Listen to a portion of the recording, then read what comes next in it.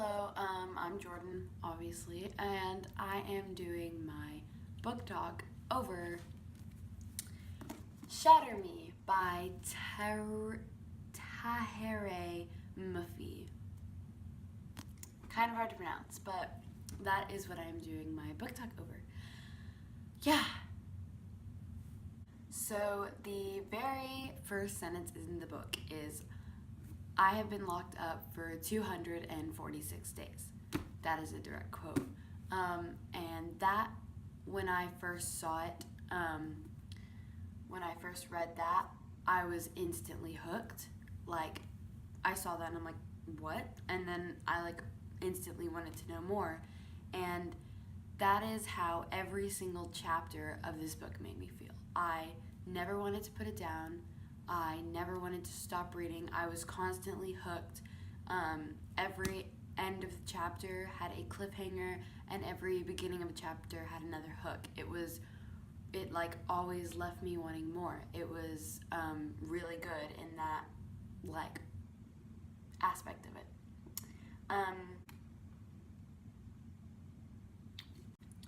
So this book takes place in a dystopian world.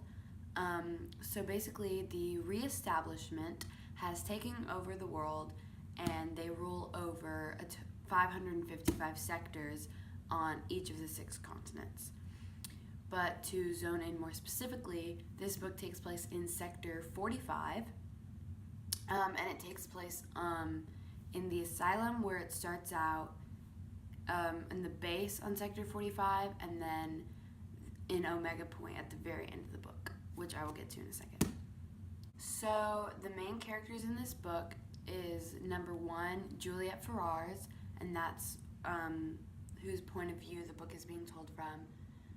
And then there's Kenji Kishimoto, Adam Kent, James Kent, and Warner. And I'm not allowed to say his first name yet because that would be a spoiler for the second book. So yeah.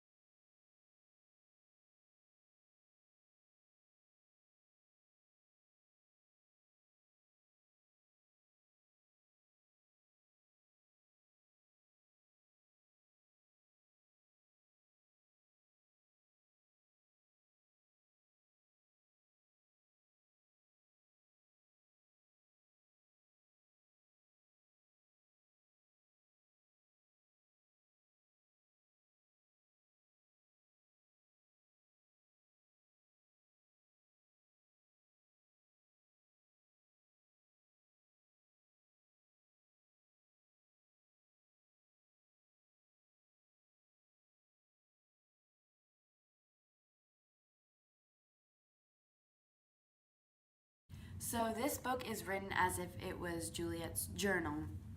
And so it's got parts of the book that are crossed out purposely and then replaced with something else.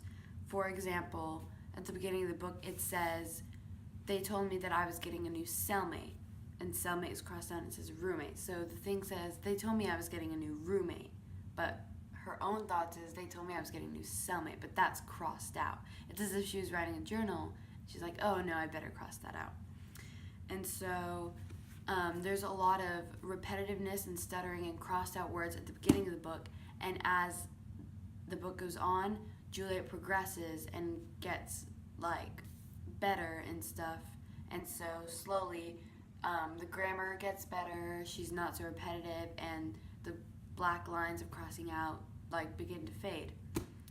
And so it starts out where Juliet gets a cellmate, roommate, and basically she realizes that she recognizes him from her past when she went to school, before she was thrown into the world of asylums and hospitals and all this. And so he stays with her for a while, and then suddenly she is brought to the base of Sector 45, where she is met with Warner, another one of the main characters. Also, quick thing. I forgot to mention that the boy from her past that was her cellmate, that is Adam Kent, one of the main characters. Okay, back to what I was saying before. So she is met with Warner, who tells her that he wants to use her as a weapon for the reestablishment since everything she touches, she kills. And so Juliet doesn't like this, and she refuses, and Adam is assigned to her as a soldier, but they end up conspiring against Warner, and they run away, and they break out of the base together, and they go on the run, trying to escape Warner, and at the end, they run into Kenjai Kishimoto and James, which is Adam's little brother, and Kenjai tells him that there's a safe place that he knows of that they can go to find shelter and food while they run away. Well, it turns out that when they get there, they realize that this is no shelter. It is actually a resistance base where Juliet finds that there are other people just like her who have powers just like she does.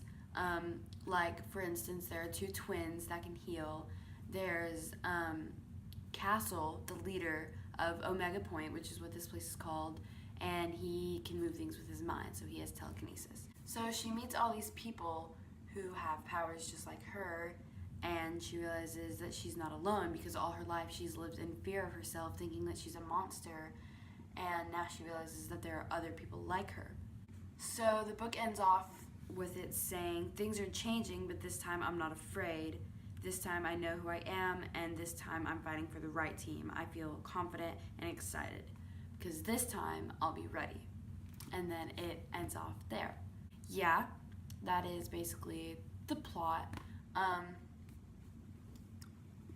So one of the main themes that I found in this novel was that love conquers all, which is a little cheesy, but